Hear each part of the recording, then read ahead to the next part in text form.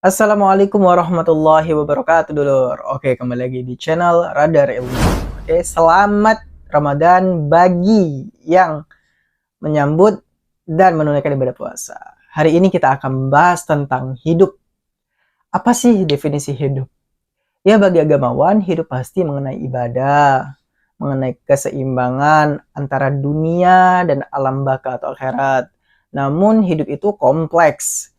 Jadi universal kayak itu. Hidup bukan sekedar tentang berapa lama kita akan bernafas dulur, tetapi tentang seberapa dalam kita memaknai setiap helaan nafas itu di dalam hidup kita.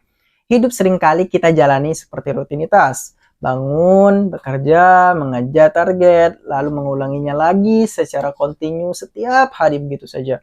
Namun sejak dulu, para pemikir, filosof telah menuliskan pertanyaan-pertanyaan yang sama dalam buku-buku mereka, di mana sebenarnya mereka itu memikirkan hakikat hidup itu apa sih sebenarnya. Dalam buku Nicomachean Ethics karya Aristoteles menulis bahwa tujuan hidup itu manusia adalah mencapai kebahagiaan sejati atau eudaimonia. Bagi Aristoteles, hidup yang baik adalah hidup yang mencapai eudaimonia atau kebahagiaan yang lahir dari kebajikan-kebajikan atau kebaikan, bahwa manusia yang menemukan maknanya ketika ia menjadi versi terbaik dari dirinya sendiri kayak itu. Ketika akal dan moral berjalan beriringan, bukan kesenangan sesaat, bukan pujian orang lain yang wah kayak itu, tetapi hidup yang dijalani dengan kebajikan atau kebaikan. Di tahun 2026 ini bisa berarti tetap jujur dalam pekerjaan, walau ya pasti ada kesempatan untuk curang sih, tetapi rendah hati walau pencapaian bisa dipamerkan ke seluruh dunia hanya dengan satu unggahan di medsos. Berabad-abad kemudian dalam buku Thus Spoke Zarathustra karya Friedrich menantang manusia untuk berani melampaui dirinya sendiri, melampaui batas ya toh. Ia menulis tentang manusia yang menciptakan nilainya sendiri, di mana di zaman sekarang mungkin itu berarti berani untuk memilih jalan hidup yang berbeda dari ekspektasi-ekspektasi banyak orang. Contoh, banyak orang yang ingin menjadi ini itu seperti diterima perusahaan A, diterima CPNS, atau diterima lamaran oleh si A kayak itu. Dengan keinginan lainnya banyak, tapi tidak tercapai. Maka ambil peluang lain, keluar dari zona nyaman kita. Tidak hidup hanya demi validasi sosial, tetapi karena keyakinan pribadi.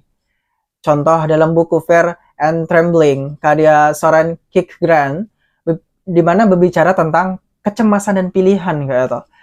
Ia menunjukkan bahwa hidup selalu mengandung ketidakpastian, memilih pekerjaan, pasangan, masa depan, semuanya penuh resiko. Namun justru dalam keberanian memilih itulah manusia menemukan jati dirinya. Adapun dari timur, ajaran tentang kehidupan tertuang dalam kitab Dharmapada. Dharmapada ini adalah kitab yang memuat ajaran Siddhartha Gautama. Siddhartha Gautama ini adalah sang Buddha di dalam kepercayaan Buddha gitu. Di sana tertulis bahwa segala sesuatu itu tidak kekal gitu. Kehilangan, perubahan, bahkan kesuksesan yang semuanya sementara itu bisa hancur dalam sesaat. Di 2026 ini ketika tren berubah cepat dan teknologi terus berkembang pesat, ajaran ini terasa semakin nyata. Kita belajar bahwa kebahagiaan bukan apa yang kita genggam kayak itu, tetapi pada bagaimana kita menerima perubahan-perubahan itu. Kemudian dalam buku Being and Nothingness karya Jean-Paul Sartre menegaskan bahwa manusia itu berpikir bebas, dan karena itu bertanggung jawab kepada diri sendiri.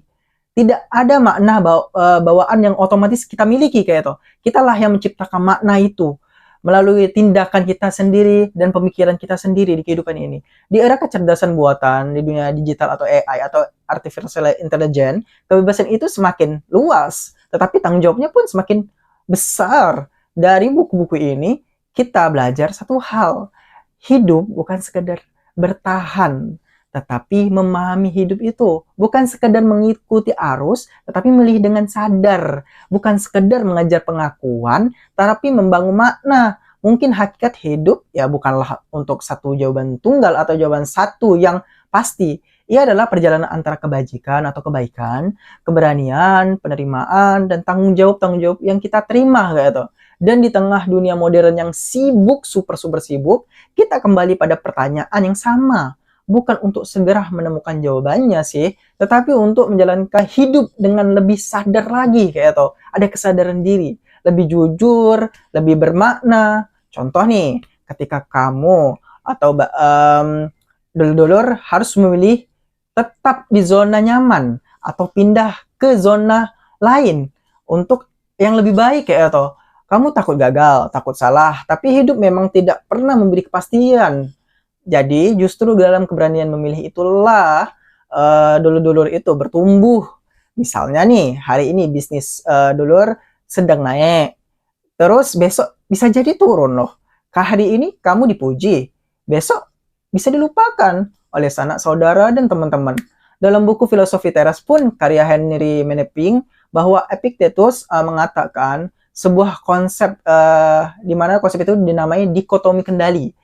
Some things are up to us, something are not up to us. Di mana ada hal-hal yang berada di bawah kendali kita, ada hal-hal yang tidak berada di bawah kendali kita. Contoh nih, tidak di bawah kendali kita itu seperti tindakan orang lain, opini orang lain, reputasi atau kekayaan. Dan contoh di bawah kendali kita seperti pertimbangan, keinginan, tujuan kita, apapun yang terjadi di kehidupan yang pasti pemikiran kita itu merdeka kayak itu.